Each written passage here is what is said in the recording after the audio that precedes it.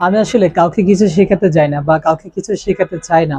চলতে পথে আমি যেটা শিখতে পারি, আমি যেটা এক্সপিরিয়েন্স অর্জন করি, সেটাই মূলত আপনাদের সাথে শেয়ার করি।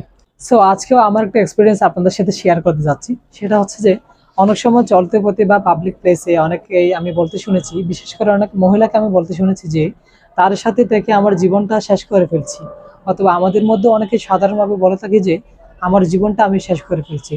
এটার পক্ষে বিপক্ষে আপনাদের মতামত সেটা আমি জানি না, কিন্তু এটার বিপক্ষে বা এটার বিরুদ্ধে আমার যেটা মতামত সেটা হচ্ছে যে আচ্ছা, এই যে আমরা বলছি আমার জীবনটা আমি শেষ করে ফেলছি বা তার সাথে থেকে আমার জীবনটা আমি শেষ করে ফেলছি, এই যে জীবন, এই জীবনটাকে কিন্তু শেষ করার জন্য আপনি আমি আসলে কেউই না। কারণ এই জীবনের একটা নির্দিষ্ট ডেট আছে, ডেটটা এক্সপায়ার হয়ে গেলে অটোমেটিক এই জীবন, আপনি আমি চাইলেও বা না চাইলেও, জীবন অটোমেটিক শেষ হয়ে যাবে। সো এটা নিয়ে আসলে এই যে বলা আমার জীবনটা আমি শেষ করে ফেলছি, এটা আসলে বলা উচিত নয়। কারণ এই যে আপনি আমি বলছি, এটার ইফেক্টটা কিন্তু অন্য আরেকজনের উপর পড়ার সম্ভাবনা রয়েছে।